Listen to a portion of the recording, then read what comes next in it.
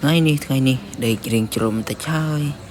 កំពុងតែលងលក់ស្រួលយល់សពយល់សងទៅដល់ឋានប្រអិនឯណាណីនោះលើកមកមីមកមើល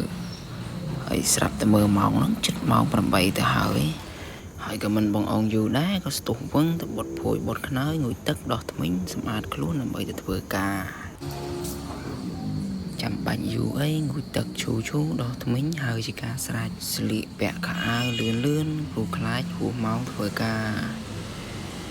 មើលទៅភ្នែកដូចជាបើកមករួចទេហាត់ប្រាណផងអីផងដើម្បីលុងចិត្តខ្លួនឯងសិតសក់ណាយក style តាមពីណានេះសិតសក់អញ្ចឹងអូសក់មួយឆ្វាច់ឥឡូវនេះចាប់ផ្ដើមមកដួសបាយដាក់ចានបើសិនជាយើងមិនដួសបាយដាក់ចាននោះទេប្រកាសពីទិញគេអស់លុយទៀតហើយអញ្ចឹងដើម្បីកាត់បន្ថយនៃការទិញគេយើងត្រូវតែដាំបាយខ្លួនឯងធ្វើម្ហូបពីផ្ទះទៅបន្ទាប់មកទៀតយើងដួសបាយឆ្វាច់ដាក់ទៅបាយនេះរៀងរឹងបន្តិចហើយបងប្អូនតែមិនតិចតែនឹងគឺច្រើនដែរនោះដាក់ទៅច្រើនដើរចេញទៅព្រោះចិត្តដល់ម៉ោងធ្វើការហើយ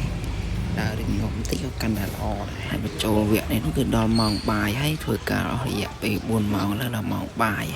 ជួបជុំពូញ៉ាំបាយឥឡូវមានបាយមានសាច់ក្រកមានផ្លែស្ងែងលាងមាត់អីចឹងណាហើយមានទឹកហើយមើលបាយពូនោះវាច្រើនមែនតើហើយបាយគាត់នោះមកសិនខ្ញុំថ្លឹងវិញចូលចិត្ត1គីឡូបាយគាត់ទៅបាយប្រភពនោះមិនលុំទេបងប្អូន